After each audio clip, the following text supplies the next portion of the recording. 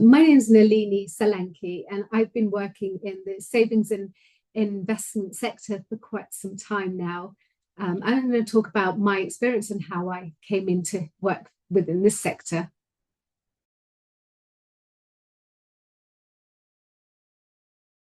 Bear in mind, when I started my career, I didn't realize that I was neurodivergent, but I was attracted by well, to be honest, I didn't know that I wanted to work in insurance. I wanted to work in FMCG for somebody like Unilever, for marketing a product that I understood.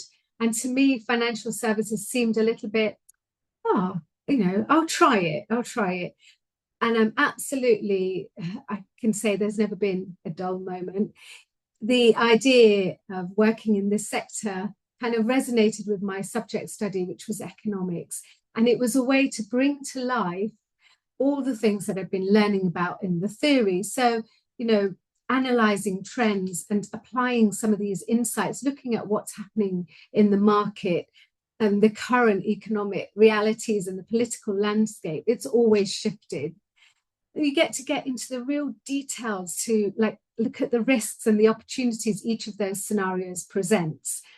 And it was, to me, it was I love problem solving, and it was being able to be really creative and think creatively and thinking, well, that's a bit of a challenge at the moment. And having all these ideas that are always, your brain never stops. It's never on, it's never switched off. And it's one good way to think, how can I solve that challenge?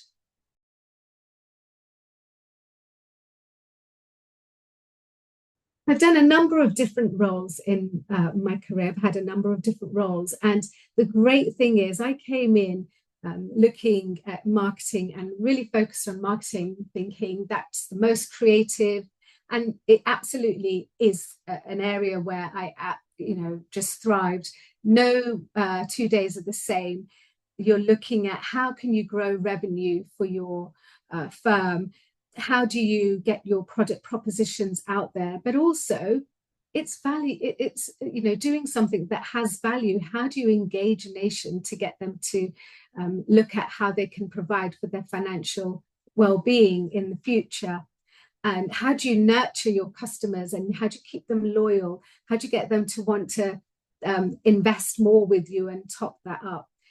From one minute you're looking at planning a calendar of campaigns for the year, to the next minute you're engaging with all your stakeholders, a diverse range from compliance, legal, to your front office operations teams.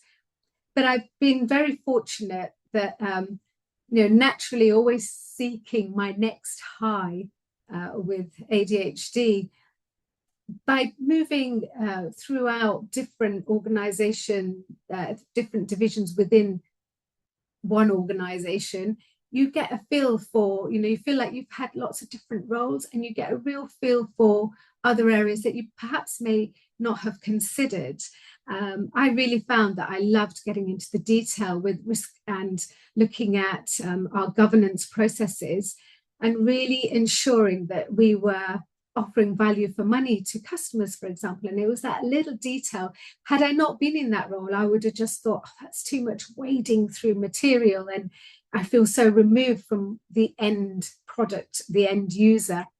The reality was absolutely different. So those roles that give you a good oversight, like business management type roles, have equally enjoyed, because you get to build a picture, you see that bigger picture, and you can really spot those gaps, the challenges, the risks, and you can also take your creative problem solving skills and apply it, and give value to different parts of the business that may not necessarily be areas that you'd be working with naturally in your daily role.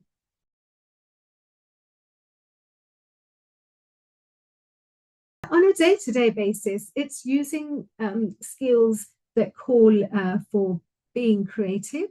You have limited resource in terms of budget. You have limited time and team resource as well. So it's, how do you then make the most of that? How are you operating really efficiently? And so you're lots of planning, lots of detail, but also some of the challenges, I guess, that I've faced with, and I understand now why, having had a diagnosis, the things like not being able to decipher the unspoken, not seeing the elephant in the room.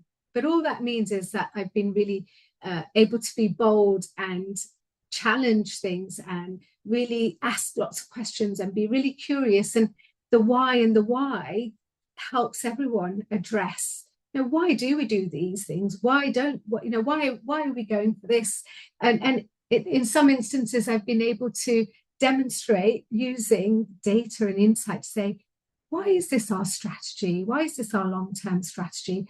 I can show you that these customers here, for example, should be clearing their debts. They shouldn't be investing at this stage. And we're excluding key segments because they don't have much ready disposable income to be able to invest.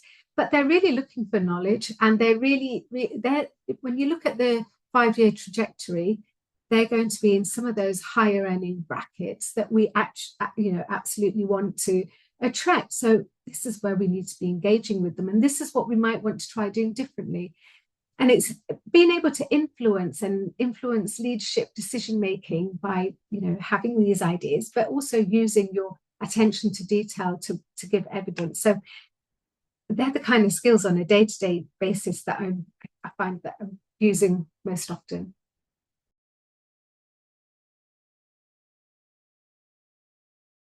There is so much that employers can do to help support neurodivergent young adults looking for careers in this sector. And I think in the application process, to be really, really specific about what it is that you're looking for in your job spec, and just really spell out so that there is no room for ambiguity, which will help them fill out their application form. Once they get to the interview stage, look beyond things like the unspoken social communication skills.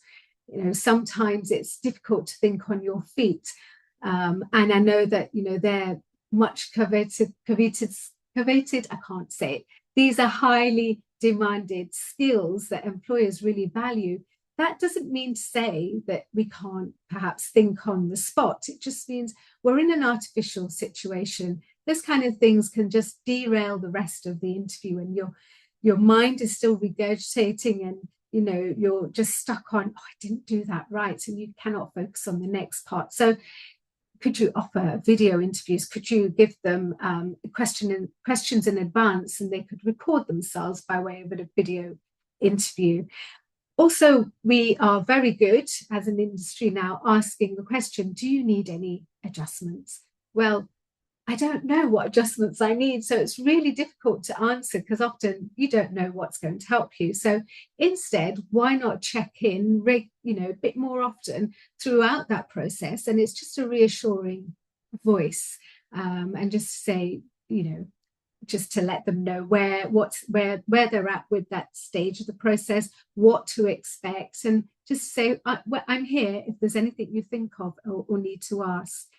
And then once they've been onboarded, to support them with settling in, it would be really good if they had a buddy that was somewhere not within their own team, but somebody who belonged to another part of the division, who had some awareness or training beforehand to know how to work with and how to bring out the best in people that perhaps are a little unsure or might do things differently, or their behaviors are slightly different to what normal behaviors are expected. So like being loud in the meeting or being confident enough to put their hand up. It's, how do you nurture and how do you develop these soft skills in this new person and show them the ways of working in the workplace? If you show them there's nothing that they're having to work really hard to get.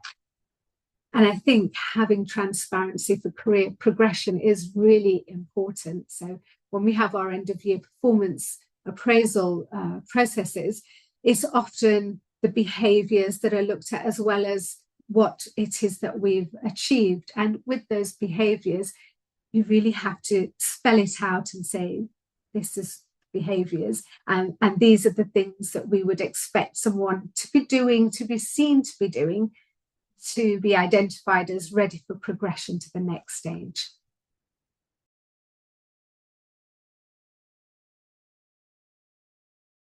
We talk about universal design, and that really is one of the great things on how to support your neurodivergent colleagues, your existing employees, and when attracting new talents. And it's really about being curious to understand people within your team, for example, that are all individual and have different ways of working. So even if you drop the neurodivergent label, it's how do you get the best out of people and how do you adapt your style? And equally, your team member who's neurodivergent might work with you in a different way, and they find their way to work with you that you might think, this is really helping me. For example, I remember putting in place false deadlines with my manager because I was always chasing for what I wanted, what I needed, and I felt like a nuisance after a couple of times of prodding. Then I realized he worked really well under deadlines. So I created false deadlines, and it worked for both of us, and it was a win-win.